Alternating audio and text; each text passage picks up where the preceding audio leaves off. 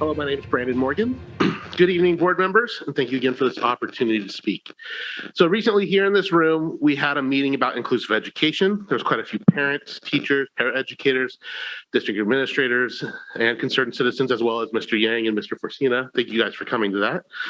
And we're gonna hear a presentation that kind of follows up on that. So I just wanna kind of go about one of the themes that we heard a lot in that meeting. Was that Mr. Riley, in putting out one fire, caused many other fires to pop up. And that's something that stuck with me because I work alongside of incident management teams on forest fires and wildland fires. So putting out fires is something I've become very familiar with over the past couple of years.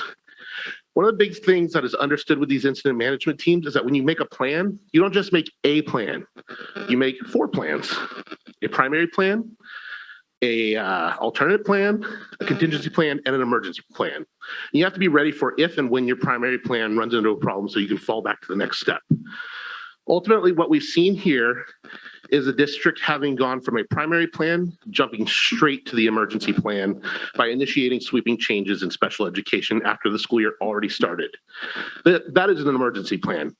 It's the most disruptive and dramatic option to take, and you only take it because your other plans have already failed. If this was the alternate or contingency plan, you don't do it mid-year. You don't do it such short notice, and you don't do it behind parents' backs. And based on the feedback we see in the presentation, there's been a negative impact. And I, as a parent of a child in inclusive ed, I see that impact firsthand. So that kind of brings me to the next thing that caught my attention this week, and Lisa Stanley kind of already brought it up. I've had a few discussions with various program coordinators and specialists, and the thing that I found that continually caused these problems to get worse is poor communication.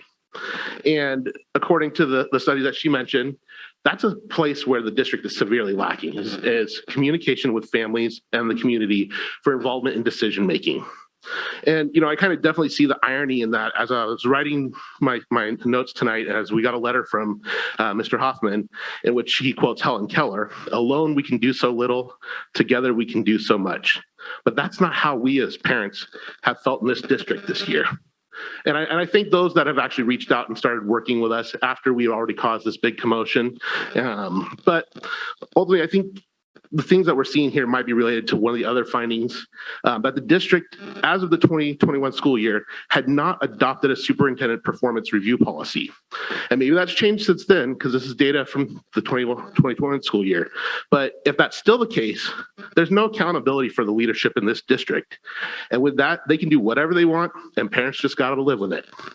My hope is that, as always, you as a board can take a look at these issues and determine what actions can be taken to fix them. We can't afford to let poor planning impact our children's education. Your time's up. Please wrap up. Thank you very much. Thank you.